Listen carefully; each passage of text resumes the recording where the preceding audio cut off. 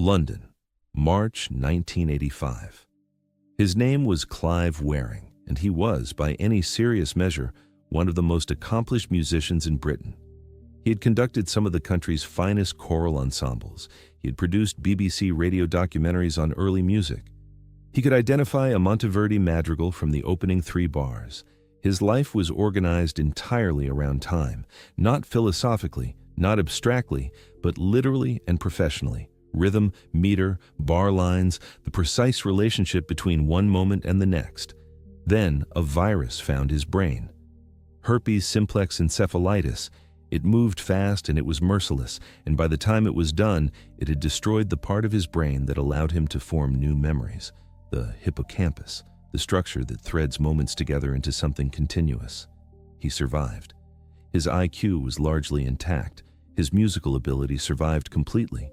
He could still sit at a piano and play Scarlatti with fluid, unbroken accuracy. But the thread of time was gone. He woke into a loop. Every few seconds, or every few minutes, accounts vary, he would come back to himself as if waking for the first time.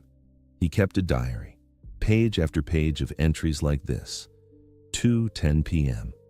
I am now awake for the first time. Then, minutes later, 2:14 p.m. Now I am properly awake. The previous entries were made in a kind of sleep. Then he would cross out the earlier entry. Then write it again. The diary is a document of a man trying to stake a claim to the present over and over and never being able to hold it. His wife, Deborah, would visit him. She would sit with him, and he would greet her with the joy of a man who had not seen someone he loved in years. Tears, relief, an embrace. Then she would step out of the room to get a glass of water. She would come back 30 seconds later. He would greet her again. The same joy, the same tears. She had never left in any sense that he could access. Every time she walked back through that door, it had been forever. He could play the piano. He could not remember a moment after finishing a piece that he had just played it. I want to stay with that image for a moment before I explain why it matters, because it took me a while to understand what Clive Wearing's case is actually revealing. The obvious reading is, his memory is broken. The thing his story is actually pointing at is something far stranger. His case is a kind of negative exposure. It shows what the felt present moment actually depends on. And what it depends on, it turns out, is not what you would assume. The book that sent me down this particular rabbit hole is called Your Brain is a Time Machine: The Neuroscience and Physics of Time. And it was written by a neuroscientist named Dean Buonomano, who's a professor of neurobiology and psychology at UCLA and one of the clearest thinkers working on this problem. I went into it expecting a book about how the brain processes time. What I got was something considerably more unsettling. Buonomano's central argument is that the brain does not perceive time at all. It simulates it. And the difference between those two things, I want to argue with you, is the difference between being alive in the present and being a very convincing machine that produces the feeling of being alive in the present. I'm going to walk you through why I couldn't unthink that after I read it. But first, I want to make you a promise and keep it. At the end of this, there is a specific point I want you to reach, a particular collision between two completely separate fields of science and philosophy. It's the part that genuinely unsettled me, and I don't want to tell you what it is yet. Just know that we are building towards something. Every case study we go through, every thought experiment, it's all load-bearing. The thing we're arriving at only makes sense if you've seen what comes before it. So let's start with something simple. Let's start with the sensation you're having right now. You are reading these words, or you are hearing them spoken, and there is an accompanying sense that this is happening now. Not a moment ago. Now. The chair you're sitting in, the light in the room, the ambient sound of wherever you are. All of it feels present, immediate, live. You might even have the sense that perception is a kind of window. You open your eyes and there the world is, instantly and directly given to you. That sense is wrong, not wrong in a small way, wrong in a way that has been confirmed by decades of neuroscience, and wrong in a way that a separate field, physics, independently confirms from an entirely different direction. And the wrongness is not a marginal correction, not a matter of milliseconds that don't meaningfully change anything. It is a structural feature of every conscious moment you have ever had. You have never once experienced the present, not as a child, not last Tuesday, not right now. Every now you have ever felt was already the past when you felt it. Let me show you how we know that. Your eye is not a camera. I mean that quite precisely, not as a metaphor. A camera records what enters its lens continuously and faithfully. Your eye does something more complicated and, it turns out, much stranger. Start with the basic fact of delay. Light from the world enters your retina, gets converted into electrical signals by photoreceptor cells, and those signals travel along the optic nerve to the back of your brain, to a region called the primary visual cortex, and then continue through layers of further processing before they become anything like a conscious perception. That trip takes time. The estimate that Buonomano and others converge on for the onset of conscious visual awareness is somewhere in the range of 100 to 200 milliseconds, depending on the stimulus, so roughly a tenth of a second, at minimum, between the moment something happens in the physical world and the moment you are consciously aware that it happened.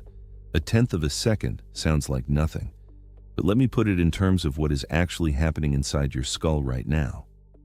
You are reading or listening, your eyes are moving across a page, or your auditory system is processing speech. At this exact moment, the visual signal from this line of text is traveling a path through your brain that takes roughly 100 milliseconds to complete. The signal from your fingertips, if you're touching a book, a phone, a keyboard, travels at a different speed, along different nerve fibers, and arrives at a different time. The sound in the room reaches your auditory cortex slightly faster than the visual signal reaches your visual cortex. Your brain is receiving a constant stream of sensory input that is temporally scrambled, different modalities, different delays, arriving offset from each other. And it is doing something remarkable with that stream. It is imposing order on it. It is synchronizing the signals, smoothing out the offsets, and handing you a unified, coherent, felt moment of now. And it is doing all of this in the past. The image you are experiencing of this room, of these words, of yourself in this chair, that image is a reconstruction of what the world was like approximately a tenth of a second ago. Maybe 2/10 for more complex visual processing. The now you inhabit is technically a historical document. Think about what that means for fast events. You watch a tennis ball being struck. By the time you consciously see the contact between racket and ball, the ball has already left the racket and traveled. You are not watching the stroke. You are watching a reconstruction of the stroke, assembled after the fact by neural machinery that works faster than your awareness can track, and handed to you as the present. There's a sports broadcast analogy that I keep coming back to. You know how television broadcasts of live events are always described as live, and yet a producer in a control room has the ability to bleep out accidental profanity before it reaches your television. That's possible because the broadcast has a built-in delay, a few seconds between the event and what you receive. The broadcast looks live, feels live, is presented as live, but something stands between the event and you with the power to edit. Your brain is that producer. What you are watching is never the live feed. There has never been a live feed. This is where it starts to get interesting because the delay itself is only the beginning of the problem. The delay would be strange enough on its own, the idea that perception is a broadcast on delay, that the present is always a slightly stale reconstruction. But what happens when you look more carefully at the specifics of how the brain handles that delay is considerably more disturbing. Ask yourself this: how many times in the last 30 seconds did your eyes move? If you've been reading, the answer is probably somewhere between 30 and 150 times. Each of those movements, called saccades, takes between 20 and 200 milliseconds. During a saccade, the image on your retina is swept chaotically across the photoreceptors. If your brain simply reported what the retina was sending during those sweeps, your visual experience would be a lurching, blurring, motion-sick nightmare. You would see the world lurch sideways every fraction of a second, smear into a streak, and then snap to a new position. dozens of times per minute. You do not experience this. You never have. The reason you don't experience it is because your brain, without your knowledge, without your consent, without any subjective indication that anything is happening, turns off your visual processing during saccades. It simply suppresses the input. The chaotic, blurred signal that the retina is sending during those eye movements gets deleted.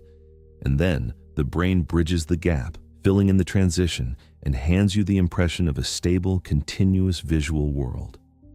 There's a simple experiment that demonstrates this. Stand in front of a mirror. Look at your left eye. Then, as quickly as possible, shift your gaze to your right eye. Do it. Now ask yourself, did you see your eyes move? You didn't. You can't. You never can. The saccade is invisible to you. The movement that is objectively happening, which a video camera pointed at your face would capture perfectly, is simply not in your experience. Your brain deleted it. Film yourself doing this and watch the recording. Your eyes are visibly darting back and forth. The camera saw the movement. You never did. The visual world you are watching right now is not raw footage. It is a finished film, color-graded, cut, stabilized with the disorientating frames removed. A film editor spends days on a feature film, pulling out the jump cuts and the shaky shots that would break the viewer's immersion. Your visual cortex is doing that job continuously, in real time, without interruption, and without leaving any trace in your experience that the editing is happening. The world you see is the final cut.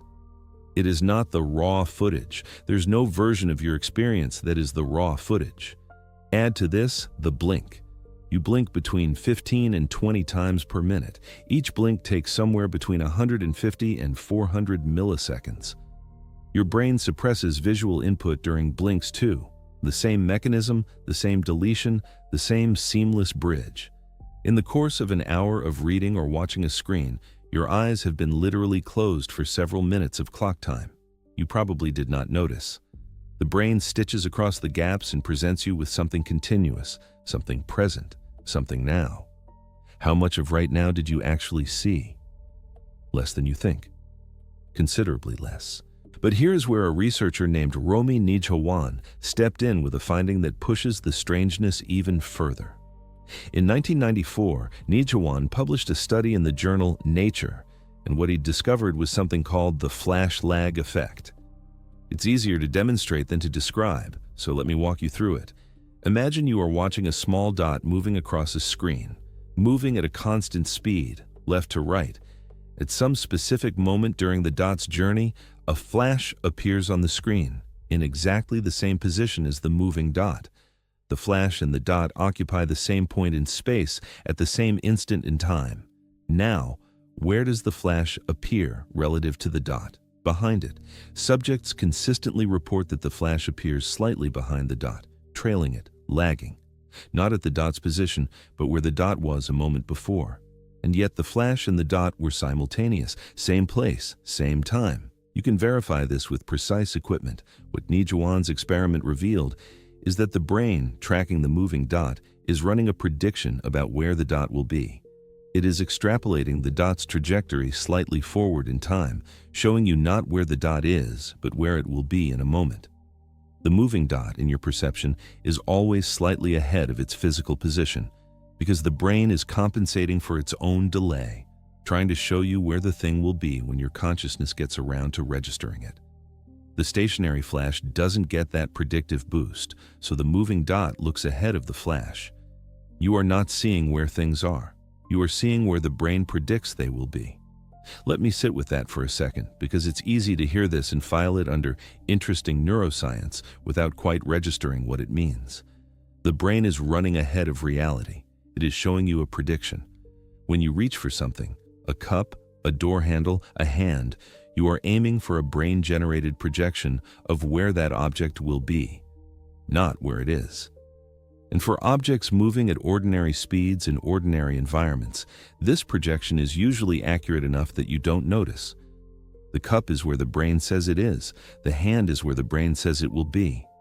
Everything lines up. But only because the prediction is good, not because you are actually perceiving the present. You've never reached for anything in the present. You've reached for a prediction. I want to introduce you now to a second case study because it illuminates something the laboratory experiments can tell you about but can't quite show you in the right way. We've been talking about perception as though it happens to a neutral, continuous self, as though there is an unchanging you receiving all these slightly delayed, slightly curated signals.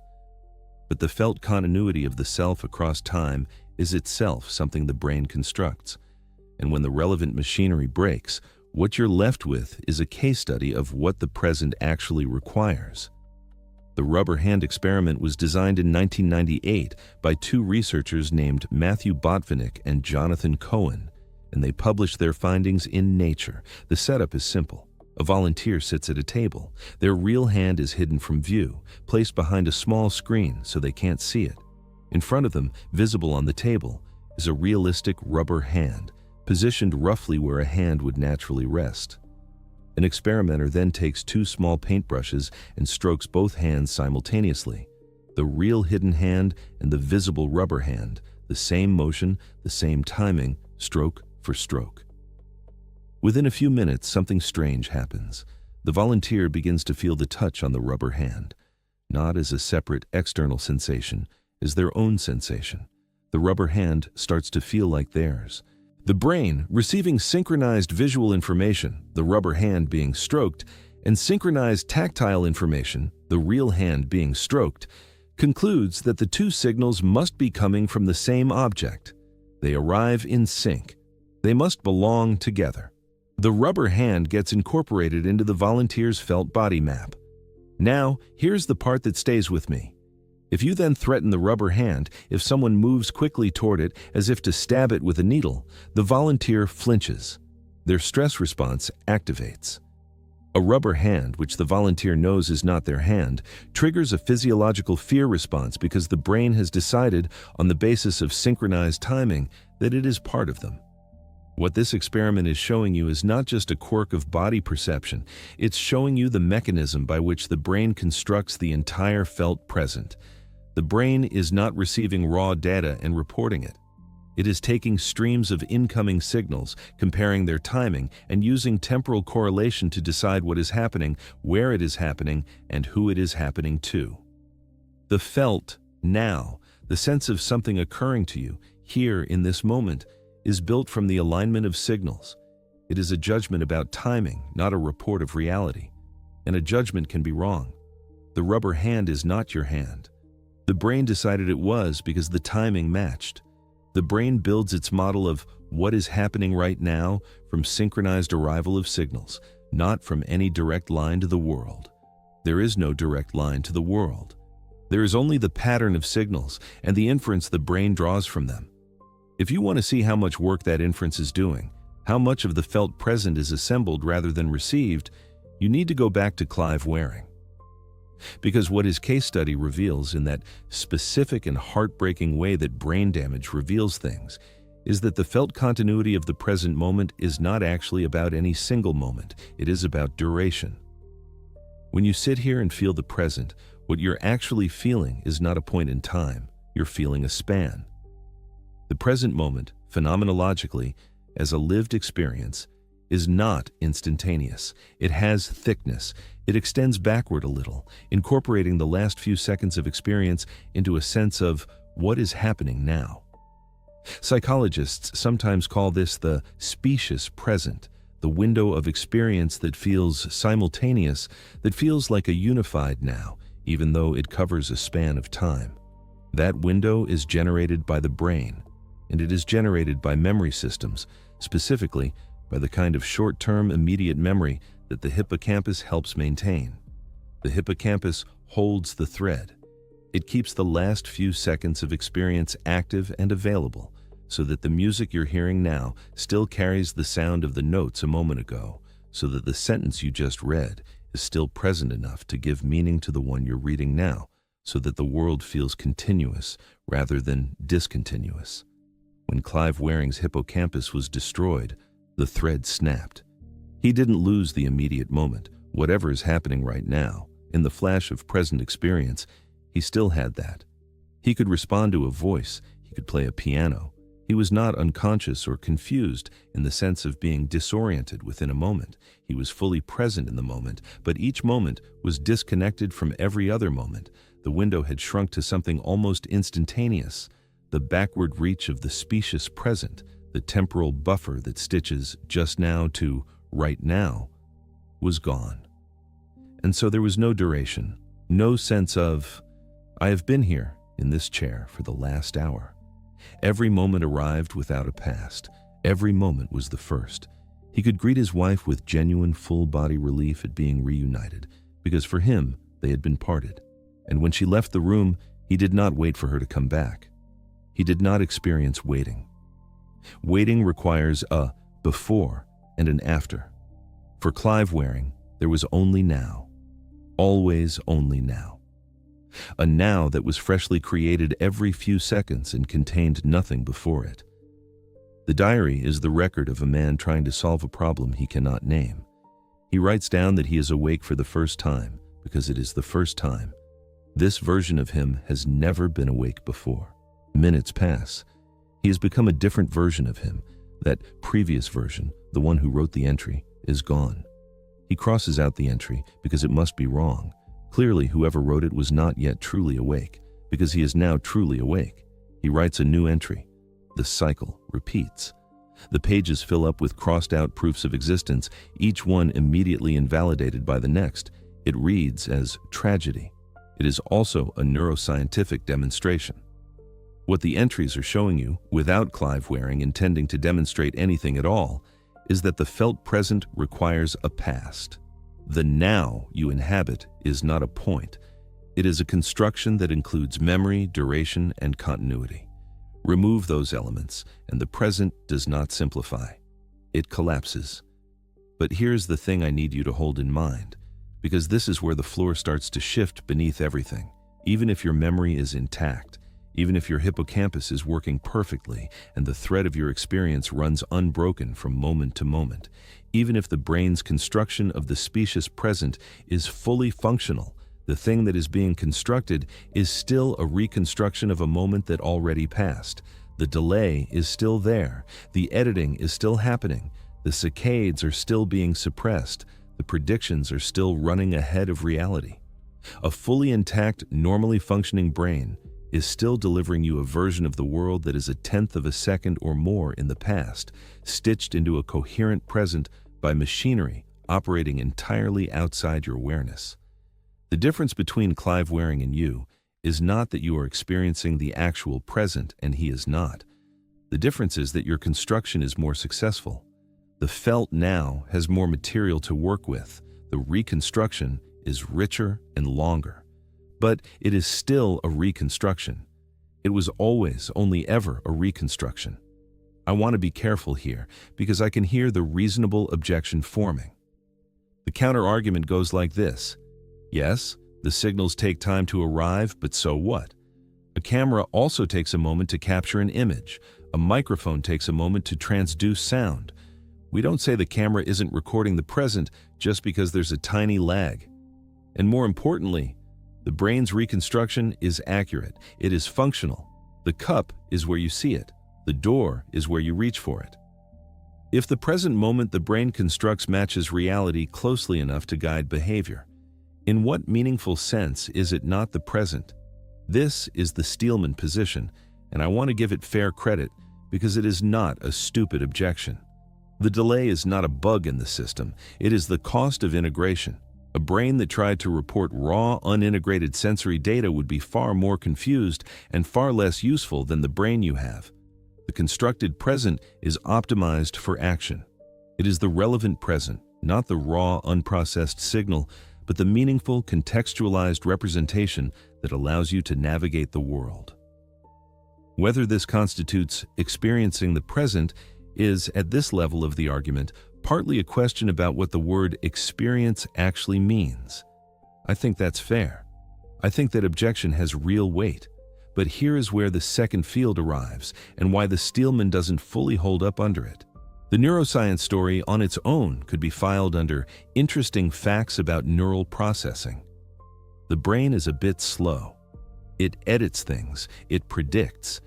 It builds rather than reports. You might absorb all of that and conclude, okay, so there's a small delay, so there's some editing, but the construction is accurate enough and the present is real enough, and this is mostly a semantic quibble about what experience means. That conclusion gets complicated, significantly, by physics. In 1905, Albert Einstein published a paper called On the Electrodynamics of Moving Bodies. It is the paper we now refer to as special relativity, and it contains, as one of its consequences, a result that most people have heard of but not quite absorbed: the relativity of simultaneity. Two events that are simultaneous for one observer are not necessarily simultaneous for another observer moving relative to the first. And neither observer is wrong. There is no third privileged reference frame from which someone can say which observer has it right. Simultaneity itself is relative to the observer's state of motion. Einstein's original thought experiment to illustrate this is one of the cleanest pieces of scientific pedagogy ever devised. So I want to walk you through it properly, because the implications don't become clear until you've actually stood in both positions. Imagine a very long train moving at a constant speed down a straight track. You are standing at the center of a station platform, perfectly equidistant between 2 points down the track. Lightning strikes both of those points simultaneously, one strike to your left, one to your right. Because you are equidistant from both strikes, the light from both reaches you at the same time. You conclude, correctly, that the strikes were simultaneous. Now, imagine a second observer, a passenger sitting in the exact center of the moving train, equally far from the front and back of the train. At the moment the strikes occur, this observer is passing you on the platform. The lightning strikes hit points that are equidistant from this observer too. But the train is moving. As the light from the front strike and the light from the back strike travel toward the passenger is moving toward the front of the train. The light from the front strike therefore has less distance to travel before it reaches them. The light from the back strike has more. The front strike's light arrives first.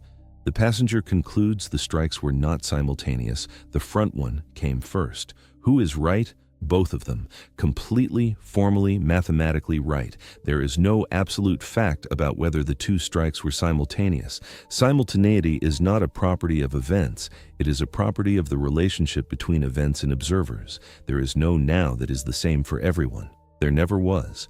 This was disturbing enough in 1905. Then, Roger Penrose, the mathematician and physicist, extended the implication in a way that is significantly harder to shake off. Penrose is the author of The Emperor's New Mind, published in 1989, and in that book, he lays out what has come to be called the Andromeda paradox. It is an illustration of where the relativity of simultaneity leads when you take it seriously at large distances.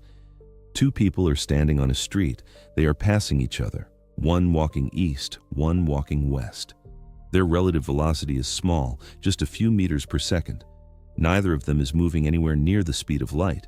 In ordinary terms, their now should be basically identical. They are standing in the same place at the same moment. They would both agree it is Tuesday, roughly the same time on Tuesday. Here is what Penrose points out. Because they are in relative motion, even slow relative motion, their planes of simultaneity are tilted relative to each other. This tilt is vanishingly small for nearby events. But Andromeda is approximately 2.5 million light-years away. And when you project even a tiny tilt in a simultaneity plane across 2.5 million light-years, you get a displacement in now that is measured not in milliseconds, not in seconds, but in days. For the person walking east, right now in Andromeda refers to a point in Andromeda's history that is days later than the point referred to by right now in Andromeda for the person walking west. Penrose's illustration is vivid. For one of these observers, the right now in Andromeda might be a moment after a decision has been made to send a spacecraft on a particular journey. For the other, right now in Andromeda is days earlier. The decision has not yet been made. Two people standing on the same street who just nodded at each other while passing do not share a single now in Andromeda. Their nows are days apart, and neither of them is wrong. I want to be precise about what this does and does not prove, because precision matters here, and I don't want to overreach. What the relativity of simultaneity proves, what is established physics, confirmed and tested for over a century, is that there is no universal observer-independent now. The present is not a global feature of the universe that everyone shares. It is frame-dependent. It varies with the observer's state of motion. What this does not prove, and this is where you have to be careful, is the block universe.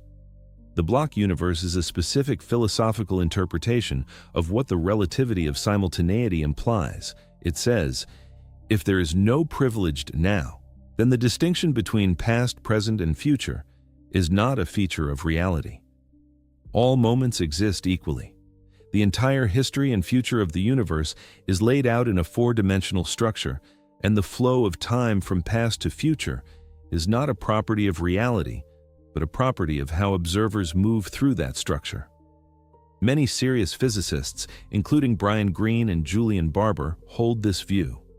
But serious philosophers push back.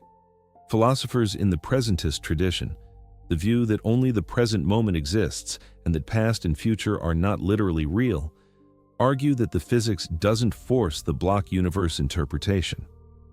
The relativity of simultaneity shows that simultaneity is relative, but relative simultaneity is still simultaneity for the observers who share a reference frame. The physics, they argue, underdetermines the metaphysics. You can accept everything Einstein showed and still hold that there is a present. It just can't be defined universally. I'm not going to adjudicate that debate. What I will say is that the physics has made the naive version of now untenable. The idea that there is a single, shared, observer-independent present moment, the idea that is implicit in your felt experience of being here, now, in this specific moment, as the world goes on around you in the same moment, that idea is not consistent with over a century of confirmed physics. The present you feel is yours. It is not the universe's. Hermann Minkowski, who was Einstein's former mathematics teacher and who formalized the geometry of special relativity in a lecture in 1908, expressed this in a sentence that has stayed with me. He said, "Henceforth, space by itself and time by itself are doomed to fade away into mere shadows, and only a kind of union of the two will preserve an independent reality." The separate stage of now, the stage on which events are happening simultaneously, globally, for everyone, has no place in the geometry. The physics erased it, not as a metaphor, as a mathematical result. So now we have two separate stories, and for a while, you can hold them separately. The neuroscience story. The brain constructs a delayed, edited, predicted version of events and calls it the present. The physics story. There is no universal, observer-independent present for the brain to perceive, even if it could perceive in real time. Each story, on its own, is already strange enough to sit with for a while. But Buonomano brings them together. And when they collide, the result is something I did not anticipate when I started reading. Here is the collision. Think about every other perceptual illusion you know about. Color. Color is not in the world. The world contains electromagnetic radiation at various wavelengths. Your brain takes those wavelengths and assigns them colors, the vivid red of a fire engine, the particular blue of a clear sky at noon. The color is generated by the brain. It is a code, an interpretation, a rendering. It is, in a strict sense, an illusion. But there is something real underneath it. There are actual wavelengths. The color is a story the brain tells about the wavelengths, but the wavelengths are there, measurable, physical, independent of any brain. Sound. Sound is not in the world either, not as you experience it. The world contains pressure waves in air, rapid compressions and rarefactions moving outward from a source. Your brain converts those waves into the experience of music, speech, the sound of rain, again, an interpretation, a rendering, an illusion in the strict sense, but there are real pressure waves underneath. Remove the brain, the pressure waves still exist. The story the brain tells has a referent. This pattern holds for almost everything your brain does with raw sensory data. The brain transforms it, reinterprets it, makes it meaningful and livable. But underneath the transformation, there is always something physical, something that exists independent of any observer. Almost everything. The felt passage of time, the sense of moving through moments, of now advancing steadily from past to future, of being alive in a present that flows, does not appear to have a physical counterpart. This is Buonomano's point, and it is one that Brian Greene has also explored in his writing on cosmology. The equations of physics are time-symmetric.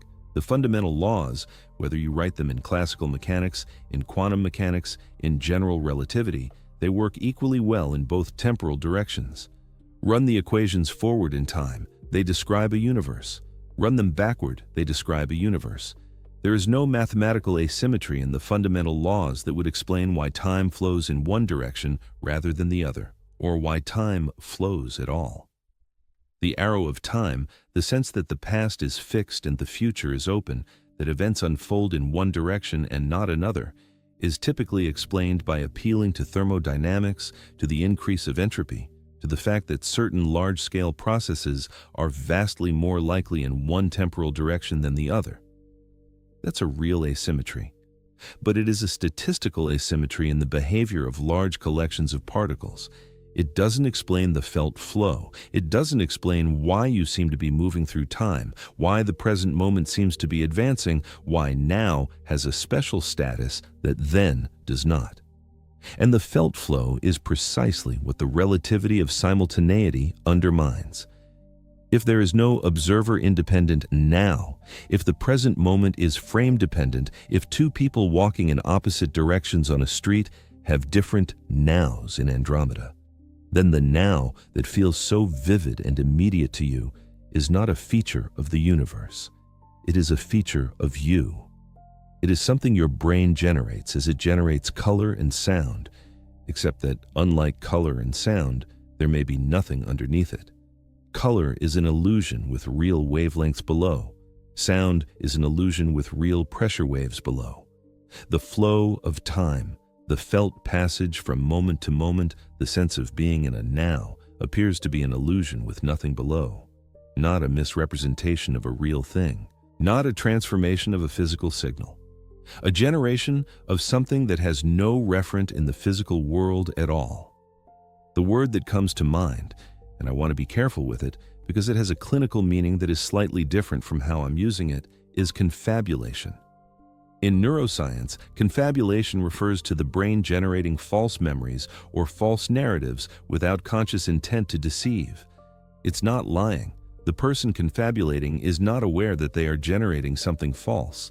The brain is just filling in the gaps, constructing something coherent out of insufficient material. What I am suggesting, following the implication of what both Buonomano and the physics point toward, is that the felt present moment may be something like a confabulation about time, not an illusion, because an illusion distorts something real, a generation, a production, a story the brain tells about being in a now that the universe does not actually contain. I want to dwell on that before going any further, because I think it's easy to hear it and nod without quite letting it land. You feel right now that you are here, present, alive in this moment. The room you're in, the sensation of your own breath, the awareness of these words entering your mind, it all has the quality of immediacy, of presence, of nowness. That quality, that particular feeling of being right here, right now, is generated by your brain. It is not reported from outside. It is not received from the world. The world does not send you a signal that says, you are in the present. The brain generates that feeling as part of its continuous project of constructing a navigable, coherent experience of reality. And the feeling is so convincing, so total, so seamlessly present in every waking moment, that it is essentially impossible to step outside of it. Even now, as I'm describing all of this, you are having the experience of being present while I do so. The description cannot undo the experience. You cannot feel non-present. The machinery that generates the sense of nowness runs constantly, regardless of what you know about it, regardless of whether you've read Buonomano or Einstein or Penrose, regardless of whether you intellectually accept that the present is a construction with no physical counterpart. This is where Brian Greene's position becomes worth considering. Greene is a physicist at Columbia University, and he has written extensively on the nature of time, including in his book, The Fabric of the Cosmos. Greene has expressed, and I want to be careful here because I cannot quote him precisely, a personal tension that I find deeply honest. The tension between what the physics shows him when he is working through the equations and what he cannot shake when he steps away from the desk and back into his life. The intellectual conviction that the flow of time is something the physics doesn't support, and the complete inability to actually live that way. To actually experience the morning as something other than a now, succeeding a yesterday, and followed by a tomorrow. I find that tension more honest and more interesting than the clean answer in either direction, because it points at something the neuroscience and the physics together don't resolve. They tell you the present moment is constructed. They tell you there is no physical now out there for the construction to correspond to. But they do not tell you what to do with the fact that the construction is inescapable. You cannot step out of your own temporal experience. You cannot perceive yourself as a static pattern in a block universe. The felt present is not optional equipment, which means we are living inside something we cannot verify, cannot exit, and cannot correct. And that is a different kind of problem than the problems science usually hands us. Think about what this means for the you reading this right now. Every decision you have ever made, every moment you remember choosing something, committing to something, deciding to stay or leave or speak or be quiet, that moment of decision arrived in your consciousness after the neural machinery had already processed the relevant signals. You did not act and then become aware. You became aware of acting, which happened slightly later than the acting. The felt sense of being the author of your own choices, of making them consciously, freely, in the present, is the brain's report on what the body and brain were already doing. The present tense experience of deciding is a past tense reconstruction of something that already occurred. This is not a fringe idea. Research in neuroscience, building on work that began with Benjamin Libet in the 1980s, has repeatedly demonstrated that the neural correlates of an action precede the conscious awareness of having chosen to perform that action. The awareness of choosing arrives after the choosing has begun. The felt present of decision is a report, not a cause. I am not telling you this to destabilize you about free will. That is a different rabbit hole, and I'm not going down it here. I'm telling you this to make the point visceral and personal. The you who feels present and alive and conscious right now, that you is operating slightly behind the curve. The neural machinery is already doing things, already processing, already responding, and awareness is the commentary that arrives after the fact, assembled into a scene that feels present, because the brain has no other option than to present things as present. Right now, as you read this, your visual system is approximately 1/10 of a second behind the text. Your awareness of your own breath is assembled from signals that traveled at varying speeds. The sense of yourself sitting here, the proprioceptive awareness of your body's position, the tactile sensation of the surface beneath you, the auditory awareness of the room's ambient sound, these are arriving at your conscious awareness through pathways that each take their own time. The unified, coherent you in this moment is a reconstruction assembled from signals arriving at different times, stitched into coherence by machinery that timestamps them all as now, because they fell within the temporal binding window. The temporal binding window is the technical term for something Buonomano discusses clearly in Your Brain is a Time Machine. The brain takes incoming sensory signals and, if they arrive within roughly 50 to 100 milliseconds of each other, the precise window varies by modality. It stamps them as simultaneous. It decides that they belong to the same moment. Events within this window are perceived as co-occurring even if they were physically offset. Your brain is drawing a circle around a span of time and calling everything inside that circle now. The orchestra analogy is useful here. Imagine you're sitting in a concert hall and there's an orchestra playing. The violins are to your left, the brass to your center right, the percussion at the back. The sound from each instrument travels through air to your ears, but the distances are different. The brass is slightly farther away than the nearest violin. The percussion is farther still. Physically, the sound from each instrument arrives at your ears at slightly different times, but you hear the orchestra as a coherent, unified sound. You do not hear a slightly staggered blur of overlapping sounds offset by the milliseconds it took for each to reach you. The brain is conducting the orchestra. It is taking the slightly staggered arrivals and aligning them into a single, coherent, temporally unified percept.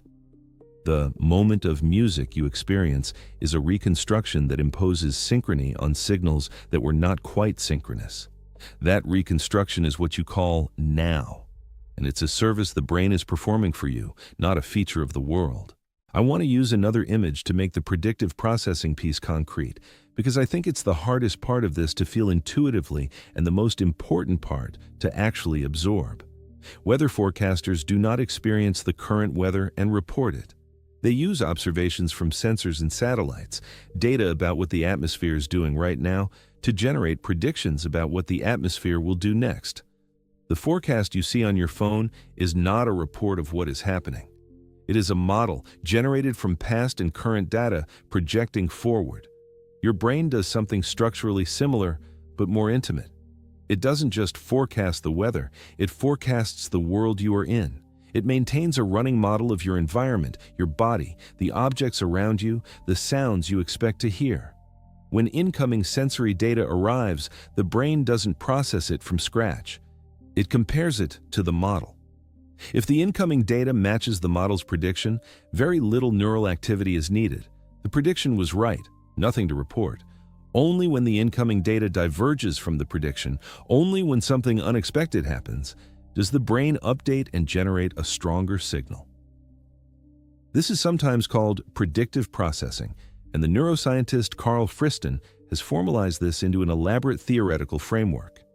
I don't need to go into the technical details because the key point is practical. You are not receiving the world. You are receiving corrections to your model of the world. The experience of your environment that you have right now, this room, this light, these words, is primarily your brain's prediction, with incoming sensory data updating it only where the prediction is wrong. Put it another way, most of what you are currently experiencing is what your brain expected you to experience. The world is mostly confirming the model. The places where you notice things, where something catches your attention, where something seems to change, where something surprises you, those are the places where the incoming data diverged from the prediction. The rest, the stable background, the continuous sense of your environment, is the model running on prior data. You are not watching the world.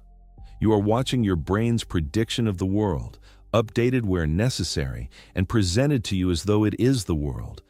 And there is a specific, concrete demonstration of this that I find more unsettling than any of the laboratory experiments.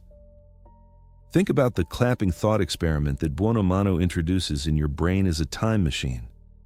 Imagine you are trying to clap exactly on a beat, to clap in perfect synchrony with a metronome. Clap, clap, clap. In time, precisely on each beat. To do this accurately, your motor system has to send the neural command to your hands approximately 100 milliseconds before the beat arrives, because that is how long it takes for the command to travel from the motor cortex down through your spine and out to the muscles of your hands. By the time you consciously experience the beat, the command has already been sent. The clap you consciously intend, you intended before you were aware of it. The felt present of, "I am clapping now," is a narration of something your brain already decided to do and already set in motion. The brain is not reacting to the beat. It is predicting the beat, acting before it arrives and generating the experience of responding. Real-time behavior, it turns out, requires predicting the future. Because the present, the signal from the world telling you what is happening right now, always arrives too late. And here is something I want to hold alongside all of this, because I think honesty requires it. The reasonable person could listen to everything I've just laid out: the neural delay, the saccadic suppression, the flash lag effect, the rubber hand, the clapping, the temporal binding window, the predictive model, and say, yes, This is fascinating and it's true, and it changes nothing about the practical reality of living a human life. The construction is accurate, the delay is negligible. The felt present, however assembled, is a functional representation of the world that allows you to act effectively in it. Calling it an illusion or a confabulation is technically defensible but practically meaningless. You still feel here. You still act here. The cup is still where you reach for it. I think that response has real force. I don't think it fully survives the physics, because the physics isn't saying the brain is slightly slow. The physics is saying there is no global now out there for the brain to be slow about. The brain is constructing a present, and even if the construction is locally accurate, even if it maps well onto the immediate environment for practical purposes, the thing it is constructing has no counterpart in the fundamental structure of reality. You are not approximating the present. You are generating the present. These are different things. The map with no "you are here" marker. That image has stayed with me since I first read Buonomano's book, and I think it captures the physics piece better than anything else I've found. Imagine a perfect map. Every road, every city, every landmark, perfectly rendered, completely accurate. An extraordinary document of geography. You are somewhere on that map. You know that. But nothing in the map itself tells you which dot is now. The map contains everything. It marks every location. It contains no marker for where you are standing. Physics gives us the map. The space-time diagram, Minkowski's four-dimensional structure in which space and time are unified, contains everything, every event, every location, every moment in every part of the universe. But nothing in the structure picks out a privileged now. Nothing in the equations marks this moment for this observer is the present. The present is not in the map. You bring it with you when you read the map. You are the pin that is not on the map. And the pin is your brain's creation. I want to say something about how that lands, because when I first worked through this fully, there was a specific quality to the discomfort that I haven't been able to name cleanly. It is not the discomfort of discovering that something you believed is false.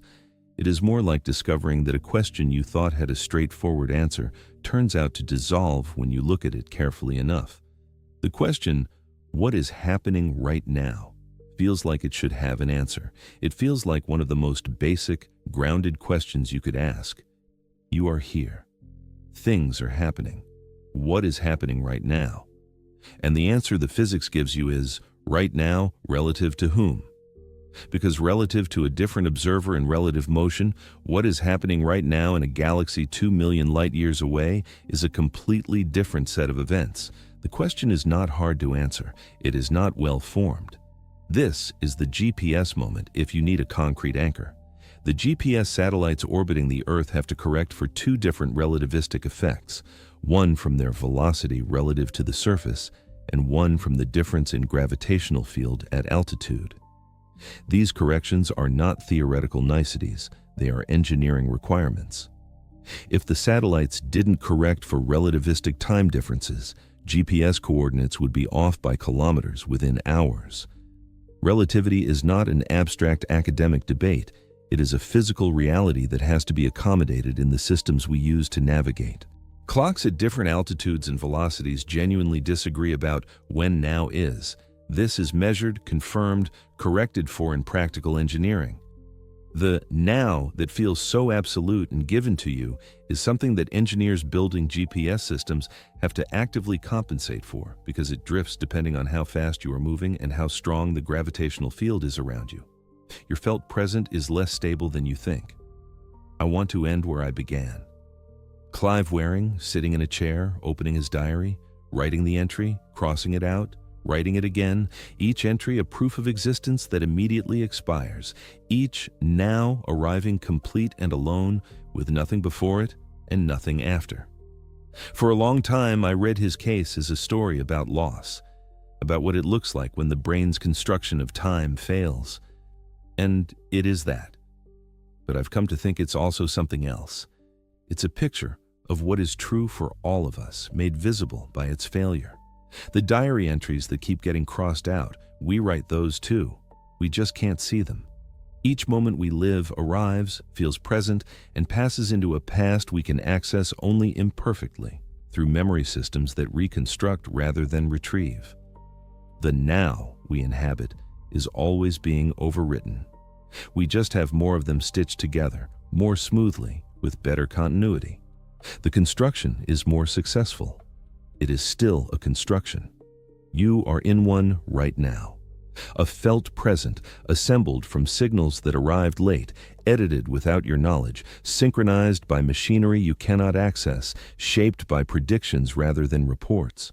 All of it generated against a physical backdrop that contains no global now for any of it to correspond to. And here is the thing nobody can answer for you. If the felt present has no counterpart in the physical world, if it is not an illusion in the ordinary sense, because there is no underlying present that it distorts, then what exactly are you having in this moment as you read these words? What is it that is happening to you right now? Nobody knows. That is the honest answer. The neuroscience tells you how the construction is built. The physics tells you there is nothing outside it to build toward. But neither field can tell you what it is like to be the thing doing the experiencing. What this feels like from the inside. In this moment, that part remains untouched, unexplained, perhaps unexplainable. The present you are in is already gone. It has always already been gone. And somehow, impossibly, it is still the only place you have ever been.